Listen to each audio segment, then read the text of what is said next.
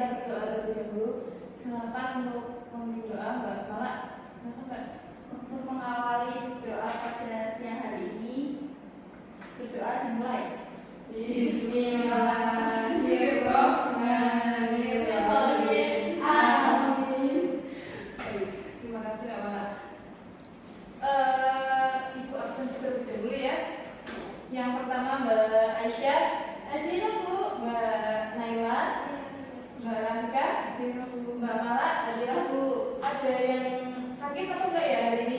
Ada. Siapa? Budi. Kenapa Budi? Sakit apa Mbak? Demam Bu. Enggak ada suratnya ya ini ya? Ya, Bu. Ya, oke baik. Udah makan siang belum? Anak tadi Sudah Bu. makan apa ya? Geprek Bu. Mie ayam, Bu. Ayam. Terus Iya, betul. soto enak-enak banget ya makanannya ya. Alhamdulillah. Alhamdulillah. Baik.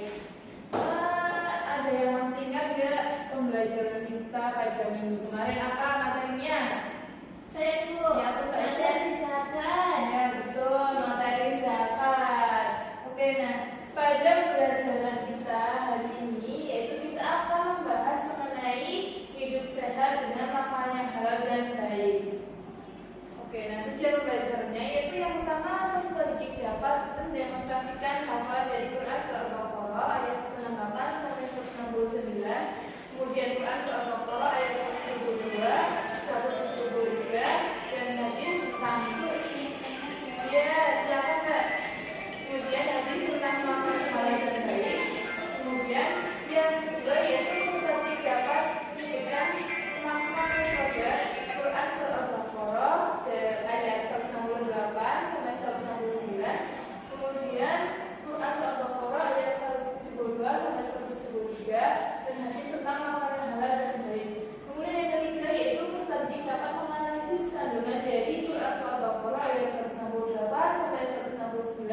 Kemudian Quran surah Al-Baqarah ayat 172 sampai 173 dan hadis tentang makanan halal dan baik. Nah yang terakhir yaitu peserta didik dapat menunjukkan perilaku selektif terhadap makanan dalam kehidupan sehari-hari. Oke, di sini Ibu ada gambar. Silakan dicermati, diamati terlebih dahulu. Apa yang kalian tangkap dari gambar-gambar di sini? Buah, ya buah. Terus apa lagi ya? Susu, logo halal. Biasanya kalian lihat logo halal ini di mana sih? Sering lihat Kemasan makanan. iya benar, kemasan makanan, kemasan minuman. Jadi biasanya yang kemasan makanan yang ada logo halalnya itu halal untuk dikonsumsi karena sudah mendapat perizinan dari MUI atau Majelis Ulama Indonesia. Nah, kalian di sini udah tahu belum sih makanan yang halal itu apa? Udah tahu belum? Belum. Nah, makanan yang halal itu adalah makanan yang diperbolehkan oleh syariat Islam untuk dikonsumsi kecuali ada nas Al-Quran atau hadis yang mengharamkannya. Nah, di sini ada dalil mengenai makanan yang halal dan baik. Itu ada di Quran surah Al-Baqarah ayat 168 sampai Quran surah Al-Baqarah ayat 169. Silakan Ibu minta salah satu dari kalian untuk membacakan ayat di atas. Silakan Mbak Mala ya. Bismillahirrahmanirrahim. Ya ayyuhan nasu kulu mimma fil ardi halalan thayyiban wa la tattabi'u khutuwati syaitan innahu lakum aduwwun mubin. Innama ya'muru bis-su'i wal fahsya'i wa an taqulu 'ala Allahi ma la ta'lamun. Ya, terima kasih Mbak Mala. Nah, ayat Quran surah Al-Baqarah ayat 168 ini artinya, hai sekalian manusia, makanlah yang halal lagi baik dari apa yang terdapat di bumi, dan janganlah kamu mengikuti langkah-langkah syaitan karena sesungguhnya syaitan itu adalah musuh yang nyata bagimu. Kemudian sesungguhnya setan itu hanya menyuruh kamu agar berbuat jahat dan benci dan mengatakan apa yang tidak kamu ketahui tentang Allah. Quran surah Al-Baqarah ayat 169. Nah, penjelasan dari Quran surah Al-Baqarah ayat 168 ini Allah memerintahkan atau menyuruh manusia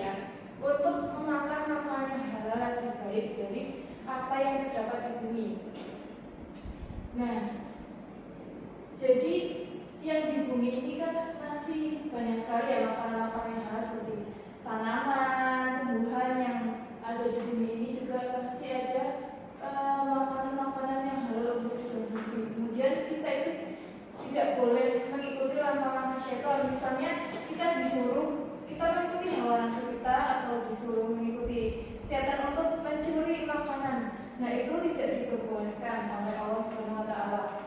Kemudian ada hadis tentang makanan yang halal dan baik dari Imam Abu Dawud. Ibu meminta salah satu dari kalian untuk membacakannya. Silakan Mbak Aisyah, bacakan Mbak hadisnya. Artinya ceritakan kepada kami Muhammad bin Al-Musafa Al-Busi dari Muhammad bin Hab dari Az-Zabidi dari Muhammad bin Uqbah Al-Tabridi dari Abdullah bin Auf dari Al-Fikran bin Ma'arif dari Rasulullah beliau bersabda, ketahuilah jika halal hewan buas yang memiliki taring kalau dari Cina perempuan dari harta orang kafir mu'ahad atau yang dari penjara kecuali ia tidak membutuhkannya, dan siapapun laki-laki yang bertamu kepada suatu kaum dan mereka tidak menjamunya, maka baginya untuk menurutkannya yang seperti dibuat untuknya. Hadis riwayat Abu Dawud. Terima kasih Mbak Aisyah. Nah, di sini dijelaskan di hadis Imam Abu Dawud ini itu tidak halal hewan buas yang memiliki taring. Hewan buas yang memiliki taring itu apa saja sih? Ada yang tahu? Kucing. Ya, dong. Buaya. Itu hewan-hewan yang memiliki taring. Ketika hewan-hewan tersebut diperjualbelikan, biasanya di pasar-pasar yang menjual gudangan itu menjadi tidak halal karena apa? Karena memiliki apa? Taring. Betul. Kemudian ada jinak, terus barang temuan dari harta orang kafir itu juga menjadi haram. Kemudian makanan yang halal ini ada tiga jenisnya, yaitu karena halal karena zatnya, kemudian halal cara mendapatkannya, dan yang ketiga halal karena proses atau cara pengolahnya. Yang pertama halal karena zatnya, yaitu makanan atau minuman tersebut terbuat dari bahan yang halal dan tidak mengandung unsur-unsur yang diharapkan dalam memenuhi syariat. Misalnya makanan tersebut kayak bakso atau apa ya pokoknya bakso yang terbuat dari daging tikus atau daging babi, campuran-campuran seperti itu menjadi tidak halal atau menjadi haram karena di dalamnya terdapat bahan-bahan yang haram. Kemudian yang kedua yaitu halal cara mendapatkannya, bukan hasil curian. Misalnya lagi sahur-sahur terus ada melihat mangga tetangga yang masih di pohon yang kira-kira udah matang terus kemudian dicuri. Padahal mangga tersebut itu makanan halal, tapi karena cara kita mendapatkannya itu dengan mencuri, maka mangga tersebut menjadi tidak halal atau haram untuk dikonsumsi. Kemudian yang terakhir itu halal karena proses atau cara pengolahannya. Nah, misalnya bangkai itu kan udah mati ya, hewan yang udah mati terus kemudian diolah atau kemudian dijadikan menjadi makanan. Itu biasanya singa-singa atau orang-orang tua itu kan misalnya punya ayam, piara ayam yang udah mati terus kemudian eman-eman kalau misalnya nggak diolah. Nah itu ketika ayam tersebut diolah, maka ayam itu menjadi haram untuk dikonsumsi karena sudah menjadi bangkai. Kemudian yang kedua itu baik atau thayyib, artinya makanan atau minuman itu sehat, bergizi, mengandung nutrisi dan bermanfaat untuk kesehatan, baik bagi tubuh dan kesehatan, bukan makanan yang membahayakan kesehatan, misalnya mengandung formalin. Jadi misalnya mengandung formalin itu kayak bakso buaran, pengawet kayak gitu. Kemudian mengandung pewarna untuk tekstil kayak makanan-makanan yang biasanya itu warnanya itu ngejreng atau makanan yang berlemak yang berlebihan seperti kayak seblak ya, mochi itu kan makanan-makanan yang biasa kalian konsumsi ya sehari-hari. Sebenarnya nggak apa-apa kalau misalkan lemaknya itu normal atau tidak berlebihan. Tapi kalau misalnya makanan yang berlemak itu berlebihan, maka itu kan membuat tubuh kita menjadi tidak sehat atau menjadi penyakit yang ada di tubuh kita. Kemudian, nah di sini ibu ada apa ya namanya tugas. Ibu membagi 4 kelompok.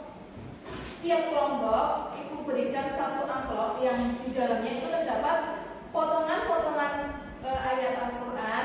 Nah, di sini kalian disuruh untuk menyusun potongan-potongan ayat Al-Quran ini menjadi utuh. Seperti tadi yang ayat Al-Quran yang ditampilkan di PPT tadi ya. Kemudian ketika udah selesai menyusun nanti dipresentasikan atau dibacakan ke depan. Sudah paham ya anak? Sudah. Ibu bagikan ya. Nanti ditempelkan di kertas ini.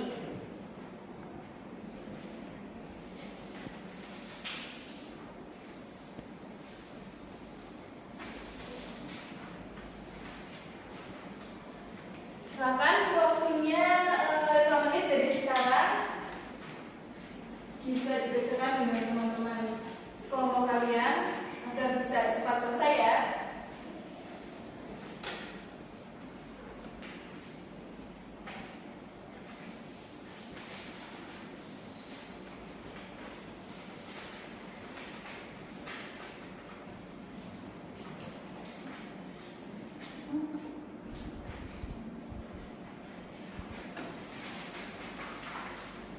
Udah selesai belum anak-anak? Sudah Bu. Oke, nah sekarang silakan kelompoknya Mbak Aisyah maju ke depan untuk membacakan Mbak.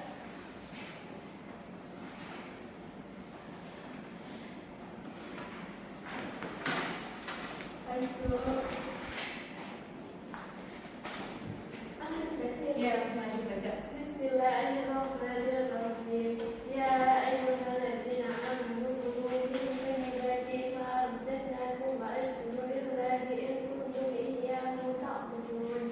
Innama harrama 'alaykumul maytata wad-dama wa lahmal khinziri wa ma uhilla bihi lighayrillah faman yadurra ghayra baghin wa la 'adin fala isma 'alayhi. Innallaha ghafurur rahim. Ayat berapa itu Mbak tadi Mbak? Yang bacakan?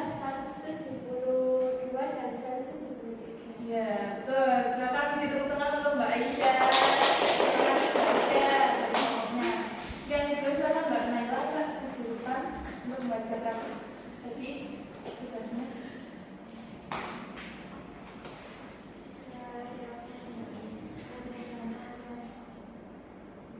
Ya, silakan Mbak.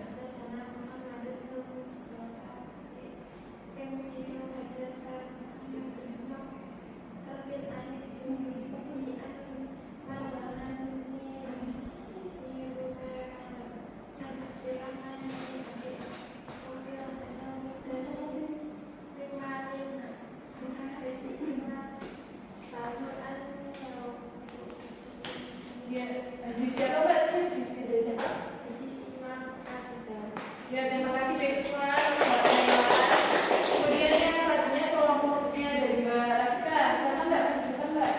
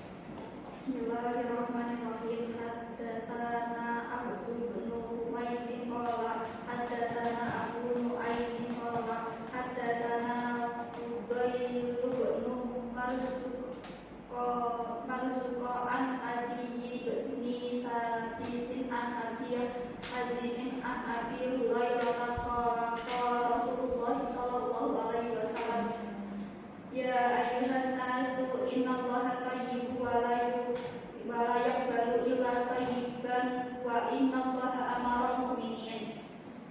Ya, terima kasih Mbak Mama. Tadi hadis siapa Mbak? Hadis riwayat Tirmizi. Ya, betul. Saya tahu Mbak Mama. Oke, nah dari pembelajaran kita hari ini, manfaat dari makanan dan minuman halal yang kita bahas yaitu mengenai yang pertama yaitu manfaatnya tentunya akan mendapat ridho dari Allah Subhanahu wa taala. Kemudian yang kedua untuk jaga kesehatannya. Nah, jadi kayak tadi ya, menghindari makanan-makanan yang berlemak berlebihan itu pasti akan menjaga kesehatan kita dari berbagai macam penyakit seperti kolesterol, asam urat, terus juga lambung dan lain sebagainya. Kemudian yang terakhir yaitu akan membawa ketenangan hidup. Oke, nah tadi kayaknya Mbak Isya semangat sekali ya menulis materi yang Ibu sampaikan.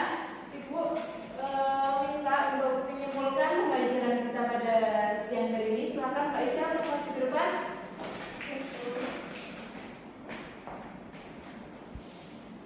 Yang pertama, Allah Subhanahu wa taala menganjurkan kepada orang-orang beriman agar memakan makanan yang baik dari apa yang dirizkikannya. Yang kedua, agar manusia senantiasa bersyukur atas segala nikmat yang diberikan olehnya dan senantiasa hanya mengabdikan diri kepadanya. Kemudian, yang ketiga, makanan yang dihalalkan Allah adalah bangkai, darah daging, babi dan binatang yang disembelih dengan menyebut selain Allah. Kemudian dalam keadaan darurat, boleh memakan yang diharamkan sebatas keperluan untuk menyelamatkan diri.